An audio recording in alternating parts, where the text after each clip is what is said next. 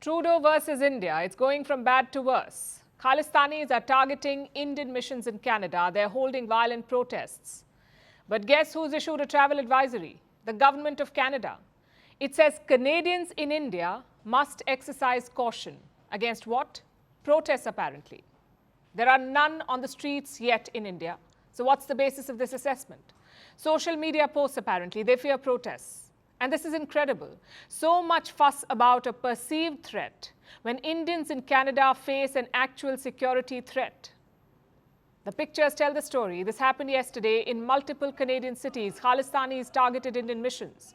In Toronto, they burnt the Indian flag. In Ottawa, they gathered outside the Indian High Commission. The organizers are a group called Sikhs for Justice, SFJ. It's a terrorist group. It is ramping up its efforts. It has launched a campaign. Do you know what it's called? Death to India. That's what they call their campaign, Death to India. Guess who's leading this campaign? This man, Gurpatwant Singh Pannu, a designated terrorist in India. His Indian properties were seized over the weekend, and this is Pannu's response. More threats. He says Indian missions in Canada are quote-unquote terror houses. And Pannu wants Ottawa to shut them down. This is an obvious security threat. Has Justin Trudeau condemned it? Has he made any commitment to keeping Indian missions safe? As of this evening, he hasn't spoken about it. All that Canada has done is put some barricades and deploy some security personnel outside Indian missions. Last week, New Delhi had escalated the matter. It was concerned about the security of Indian missions and diplomats. They've been receiving security threats, so much so that they're not in a position to discharge their duties anymore, and that is the reason why visa services to Canadians have been cancelled. But 5 days later, more threats are being made. We have some unconfirmed reports. They say Khalistanis are threatening the Hindu community in Canada. Some temples in Canada have been vandalized. So clearly, Ottawa has paid no heed to India's concerns and shown no interest to change course. All eyes are now on India's next move.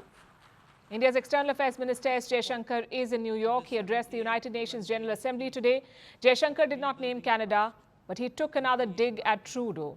He said, political convenience should not determine response to terrorism. Listen in. The days when a few nations set the agenda and expected others to fall in line are over. But for all the talk, it is still a few nations who shape the agenda and seek to define the norms. This cannot go on indefinitely, nor will it go unchallenged. And for a start, that means ensuring that rule makers do not subjugate rule takers. After all, rules will work only when they apply equally to all. The power of markets should not be utilized to steer food and energy from the needy to the wealthy. Nor must we countenance that political convenience determines responses to terrorism, extremism, and violence. Similarly, respect for territorial integrity and non-interference in internal affairs cannot be exercises in cherry-picking. When reality departs from the rhetoric, we must have the courage to call it out. Political convenience should not determine response to terrorism. That is a direct message to Canada. Back in New Delhi, India is intensifying pressure on Khalistanis. It is going after them. And the manhunt has gone global. Today, the Interpol issued a red corner notice. This is against a man called Karanveer Singh. He's a Khalistani, a member of Babbar Khalsa International. Just like Sikhs for Justice, Babbar Khalsa is a terrorist group. It is one of the oldest pro-Khalistan organizations in existence. It has carried out many attacks. The most prominent one was the bombing of Air India 182, better known as the Kanishka bombing. It happened in 1985. Babbar Khalsa was behind it. They had planted a bomb on the plane. The plane blew up mid-air.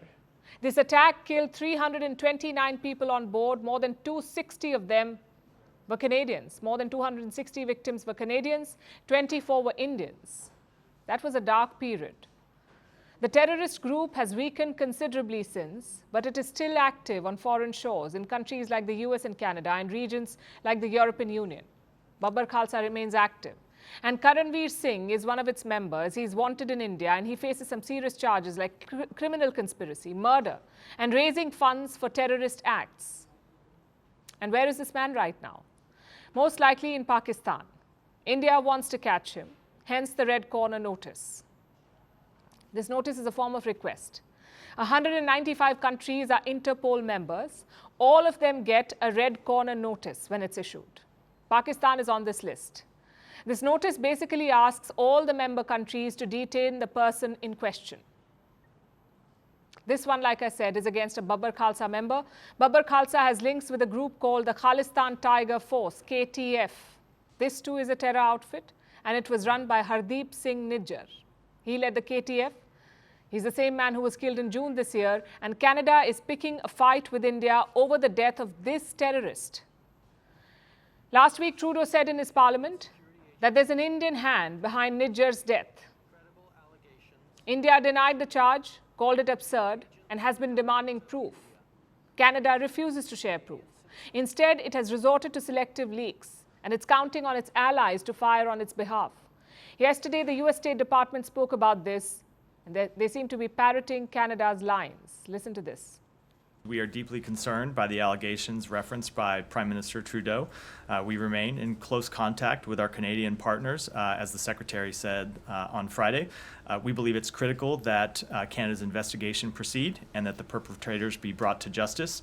And we have publicly and privately urged the Indian government to cooperate in the Canadian investigation.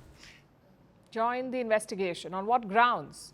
India says Canada has not shared anything on the probe, and Sri Lanka has backed India's position. The Lankan foreign minister has called Trudeau's allegations outrageous. His name is Ali Sabri. He said, some of the terrorists have found safe haven in Canada. The Canadian Prime Minister has this way of just coming out with some outrageous allegations without any supporting proof. Yeah, we have always suffered, and some of the terrorists have found safe haven in Canada. Canadian Prime Minister has this way of just coming out with some outrageous allegations without any supporting proof. The same thing they did for Sri Lanka. It all comes back to Justin Trudeau and his train wreck of foreign policy. In just 1 week, he has managed to alienate not just India, but a host of nations and leaders.